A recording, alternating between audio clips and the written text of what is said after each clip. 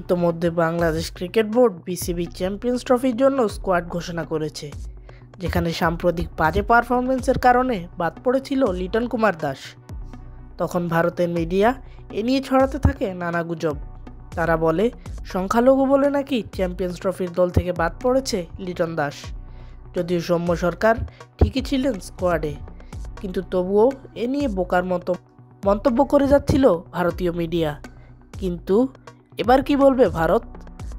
কারণ গতকাল ঘোষণা করা হয়েছে ভারতের চ্যাম্পিয়ন্স ট্রফির স্কোয়াড, যেখানে হাফ ফিট জাসপ্রীত বুমরাকে রাখা হলেও রাখা হয়নি ফরম্যাট তুঙ্গে থাকা মোহাম্মদ সিরাজকে। এবার বাংলাদেশ কি এটা বলতে পারে না যে মুসলিম ক্রিকেটার বলে চ্যাম্পিয়ন্স ট্রফির দল থেকে বাদ পড়েছে মোহাম্মদ সিরাজ? কিন্তু আমরা তা বলবো না, কারণ আমরা ভারতের মতো গুজব ছড়ানোতে বিশ্বাস করি না। প্রিয় দর্শক, এ বিষয়টি নিয়ে আপনার মতামত অবশ্যই কমেন্ট করে জানাবেন।